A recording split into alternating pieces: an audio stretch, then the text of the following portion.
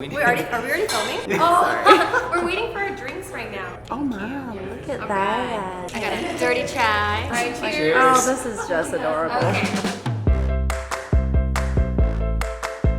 Hey, what's up? This is Justin Min. I'm really good friends with his brother. So I met Justin's brother like probably 7, maybe 8 years ago. And we played some music together on the East Coast. And then now he's out here in LA. And then Jason has been singing Justin's praises for years. He's younger, he's better looking, he's more talented. He's all the great things that I'm not. That's not true at all. Because this guy literally tries to do everything. And whenever I'm looking at his Instagram, he's like traveling the world, he's like shooting for magazines, he's also a model, he also does like writing, he does like podcasts, he does plays too, he does live theater. I mean, you've done pause. These are what we call jobs in order to pay the bills. I'll do anything for money is kind of the mantra that I live by. Hire him? Yes, hire us. Hire us. So, hello. I will say, I think one of the things I admire about Justin, and I've known Justin for about 5 years now. You moved out here about 5 years ago, right? Yeah. And he's been sort of doing a lot of odd jobs because it's kind of one of the requirements of an actor is you just gotta do what you gotta do, and a lot of it's grinding. But you've also been pretty full-time acting in the last couple of years. Right.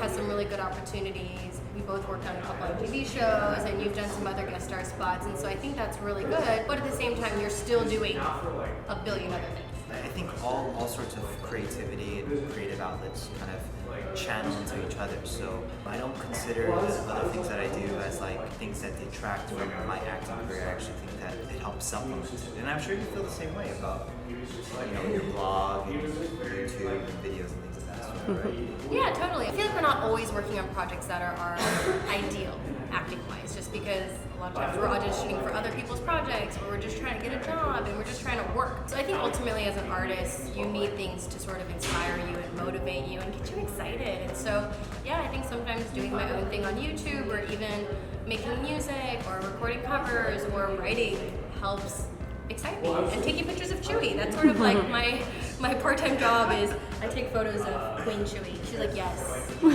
How many followers does she have on Instagram? I think she's got like 50,000 followers. Wow. Maybe more. Wow. Maybe more. So much of acting is about rejection, unfortunately. We don't book 99% of the jobs that we go out for. 99.9% of the jobs that go out for. I feel like you're lucky if you book 1% of the jobs. It's true. So, in order to keep sane and to be happy, you gotta do other things and live life. And actually, having a full life outside of acting makes you a better actor.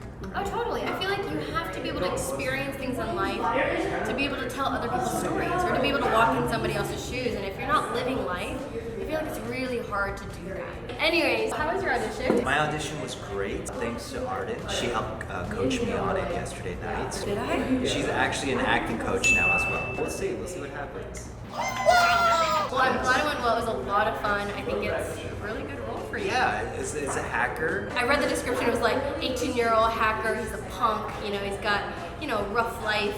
I was like, Justin, you're way too pretty for this. I was like, dirty yourself up. I did. I rolled in some dirt before. Good. Wait, so anyways. Okay. So how was your audition? It was good. Got to do it a few times, which is always nice. Wait, why is it good to do it a couple times? So usually for auditions, you kind of show up and you do whatever you've prepared. So like yesterday, I helped Justin work on the scenes, and we kind of figured out, okay, this is like a good, take, or you made some choices, and you have an idea of what you want to do, but sometimes when you go in for an audition, you might do it your way, and the casting director's like, I like you, but you're not quite doing what I want to see, so can you do it again like this? And they might give you an intention, or they might give you a different motivation. It's not that they didn't like anything you did, it's just that they want to see you can take adjustments, do it a different way, things of that sort. So. For sure, especially because what you're going in for is like a recurring guest star, meaning he'd be on 4 to 5 plus episodes, so they want to make sure that you can do sort of all different varieties of things. And so number one thing to keep in mind when going into auditions is having fun. Like going in there just being like, okay, this is my one chance to perform this role, or perform this character, or to be this person, so I'm gonna go in and have fun. I know for me, like what I was telling you yesterday too, is like auditioning is so different than acting sometimes. I feel like auditioning in itself is a whole nother animal, where you're just going in and trying to get them to like remember you and notice you, because they're seeing hundreds and hundreds of beautiful, talented people who honestly are probably better than us. talking about how it's been, and there's so many different seasons in an actor's life. Like I moved to LA exactly 10 years ago, and you moved to LA 5 years ago. So I feel like you're at that like half point where I was at 5 years ago. I definitely see a lot of similarities in our career because I feel like you're like me, where you're willing to sort of do everything and all of these sort of different jobs. Anything for money.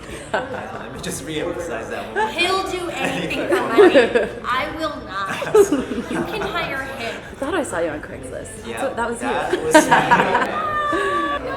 me. You can now afford to be a little more selective. I think for me, it's sort of, I made a choice pretty early on in my career that I was going to be selective about the jobs that I took. And I think it was because my goal ultimately wasn't to be famous and rich or whatever. My goal was to work in a career that I knew I would be proud of and I wouldn't have any sort of regrets and I wouldn't make compromises. But I think as women it's a little different because for us, it's like 99.9% of the time they want us to get naked. Right. So they actually asked me to get naked all the time as well, but then after seeing everything, immediately tell me to put my clothes back. oh, nice. That's always good. You can have a stable career in this industry without being quote unquote famous. And there are so many actors that are talented that we know who are working all the time that you might not necessarily know. Right. But they have viable careers doing that. And I think that's something that I learned because at the beginning of this process, I was like, I have to be quote unquote celebrity. That's the only way that I know that I've made it. You know. Whereas now I'm realizing, no, that's not necessarily the case. There are Oh, interesting. I didn't know that about you. I mean, I knew you wanted to be in a K-pop boy band. Yeah. Let's be real. Look at Okay, this. now it's all coming out. Like, Now let's it's be all real. coming out. I did actually audition for it. It was really bad. It's okay, I was in a girl group once. See, actors, man, we've literally had to Gone do through everything. everything. All we did was sing songs like sexy, sexy, rich and famous. I would buy that single right Would now. you buy it? I would buy it. Yeah, it never went live. We recorded like 10 songs and then our group sang it. Can you give me the chorus one more time? No.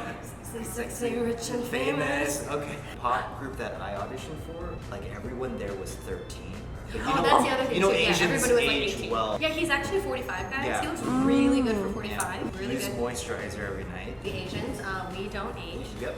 I mean, you can still play high school. I'm literally working with people half my age, and he's not really 45. Yeah. How old are you?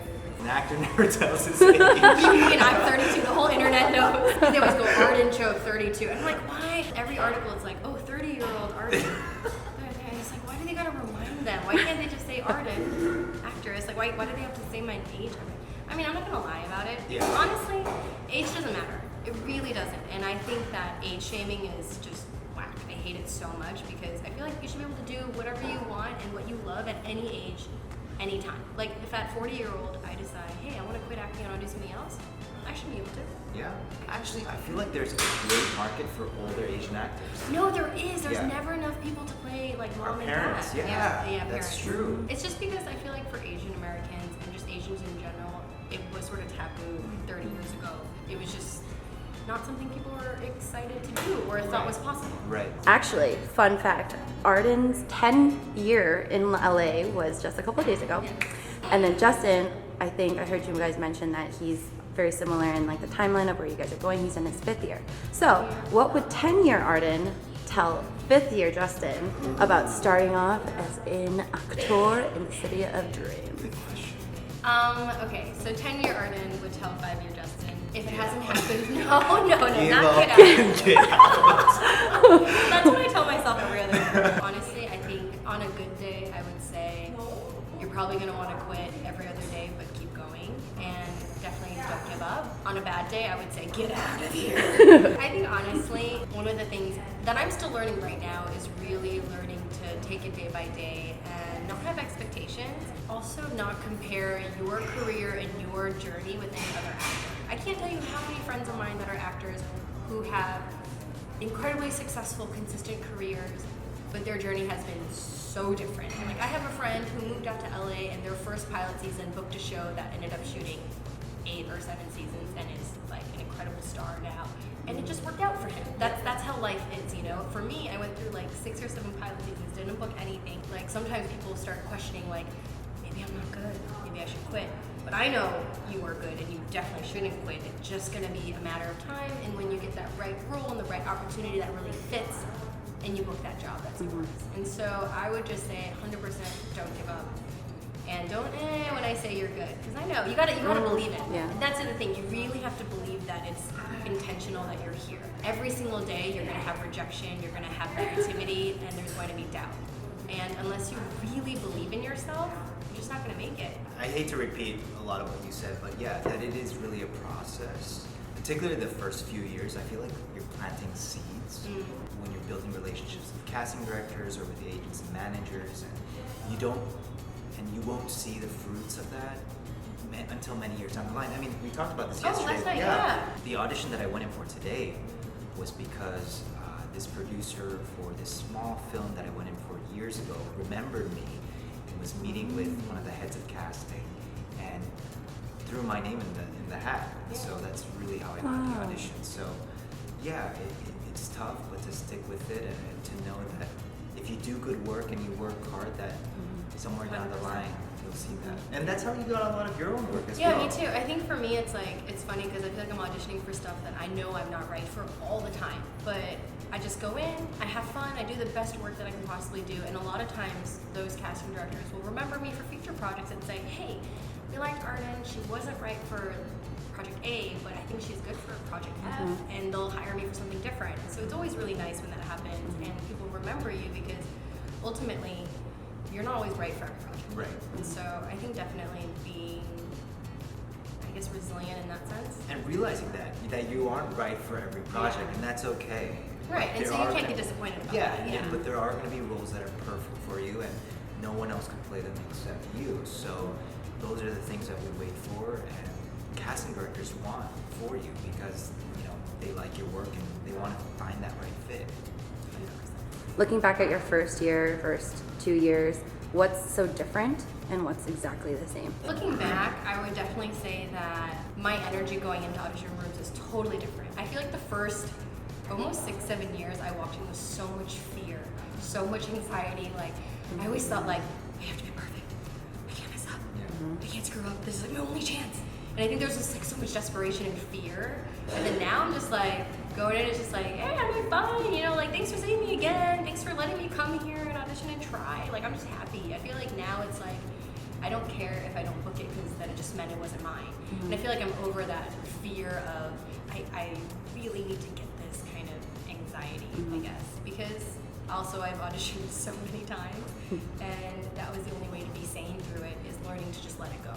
So I think before there's too much pressure and it made me really just emotional roller coasters, and that's not healthy. Right? Yeah, I still definitely get nervous and let fear kind of take over sometimes. But yeah, it's getting better, definitely for sure. And realizing that auditioning is part of the process and learning to love it. I think That's key. Yeah, I think because I still hate auditions. we just want the part, and realizing though that 90% of our lives are going to be auditions, so just learning to love that part. And we are acting, Yeah. so You have to make it fun. Yeah. And that's the thing is it's nobody wants to go on a job interview every single day, or 3 times a day, or 5 times a day.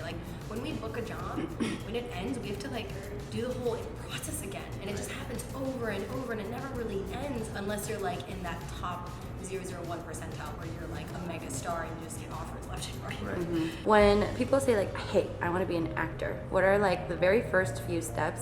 I know it's different for everyone, but getting an agent, booking an audition, how does one achieve that? Oh God. Do you have the answers? Wait, hold on, let me find a cheat sheet. What? Who's this guy? Did you know we were here? You should join this video. Guest star. Guest star. Julie! Guest star. Hi, Oh, what's Julie. up, guys? What's up, everyone? Whoa, what's up? We're talking about how you get started in the industry. yeah. How do you get started? How do you get an agent? And how do you Casting get- couch. Oh, What? Yeah, you're gonna suck a lot of. Oh my god.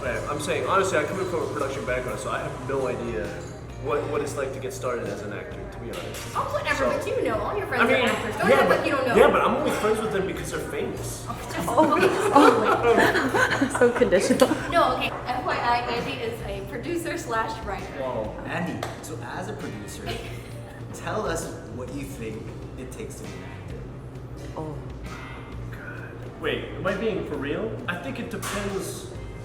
Well, okay, when you want to fill in a role for a project, you have to know what it is that you're looking for first, right? So if I'm looking for a slim, sexy young female who looks like a teen, I'm not gonna look for this guy. I thought that was. You know what I'm saying? Like, Why wasn't the camera zooming? I'm so honestly, sorry. the way that I look at it, it really goes from role to role. Thank you for your 2 cents. I appreciate it. You're welcome. You're welcome. Good luck on your endeavors. See you guys soon. Okay, yeah, you know, actually, for me, something that really helped me in the beginning was making a list of short-term goals and long-term goals. And this really helped me in the beginning. I straight up had a piece of paper and I wrote a list of 5 short-term goals and then dream goals. And I think for the short-term goals, it was things like, I want to have 3 auditions. I want to find a short film to work on. I want to do a student film. I want to work on an indie film. And these are all projects that I found on my own, whether it was through Actors Access or LA Casting or even USC Film School. They put up flyers for different audition opportunities in UCLA Film School. So being in LA, there are a lot of those kinds of opportunities. And so I think just working on those and sort of checking that off, that was a priority before looking for an agent. Because I think a lot of times when you need an agent, it's that first impression of someone that's going to rep you for your entire career, hopefully. So I feel like you have to go in prepared. Like, they usually want some sort of a reel or a resume. And if you've never done anything, I think it's kind of silly to be applying for an agent or looking for an agent if you have nothing to show. So I think for me, working on student films helped a lot. I think just getting as much training as you can. I think a lot of people who have theater backgrounds are great, but it's kind of a different beast when you come to LA and you're doing a lot of film and television. So I would definitely recommend taking some on-camera classes, seeing how that translates on camera on the screen is very different from on stage. So things like that. So there's also like things like improv classes that I think are really, really helpful. I love improv. Yeah, 99% of it is improv. There's even a lot of comedic auditions where they just want you to improv. Oh yeah, So 100%. You just have to be prepared to do anything. People don't realize that you can't just be an actor. You have to be prepared. You know, you gotta take classes, study, and like really get good at your craft and know what your type is. You gotta know what type of actor you are. Are you a comedic actor? Are you a supporting actor? Are you a lead? Are you know, what's your, like, who are you? And kind of like what Andy was saying earlier, like, casting knows exactly what type they're looking for. So are you gonna fit that type? And are you gonna be good at it? You might be the perfect look, but if you don't have the skills to back it up, they're not gonna hire you. I think we watch some people on screen and think that it's effortless, but it's like you don't know how much time it takes to make it look effortless and make it look natural. Yeah. It's just like any sport, any skill. Like the professional tennis players, professional basketball players, they spend hours on the court. Dude, that's what I talk about all the time. Like, it's crazy. Even NBA basketball players still have coaches, still do training, still practice every single day, even before games. They're still practicing, even though they're NBA players and they're professionals. Like, even as actors, like, I still get coached and I still am working on different scenes and always like exercising that muscle because I feel like that's what keeps you fresh. So never stop learning. Never stop learning. Okay. And I think if you ever hit a point that you think you've figured it out, that's bad. It's real bad. Preach, brother, sister. Yeah, what's up? Yeah. Hire us, brothers and sisters. It can also be a pop group. Yeah, what's the chorus again? Sexy, rich, and famous. All right, sing with me. Ready? Sexy, rich, and famous. Ooh.